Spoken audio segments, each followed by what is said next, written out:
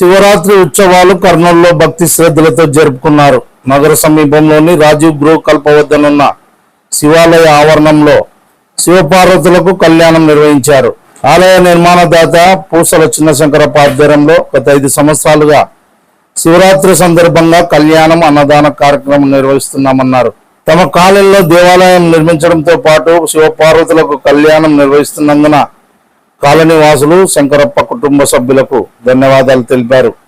అనంతరం మోహన్ దాస్ మాట్లాడారు.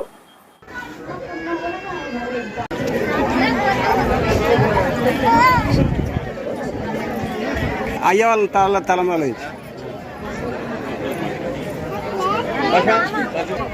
ఊర్జం దిగట వేషజో షన్న అస్తు దివదోష్యం చతుష్పదే ఇదే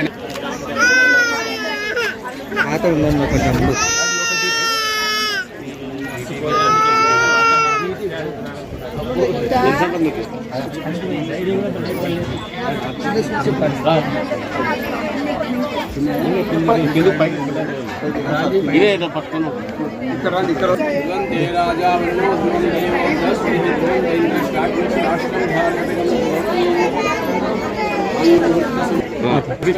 ఇక్కడ రాజా కొంచెం రెడీ ఒక్క నిమిషం.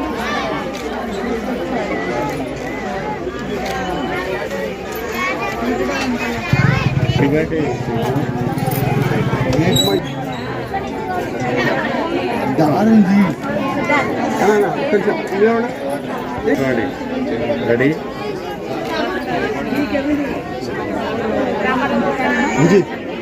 చూడమ్మా.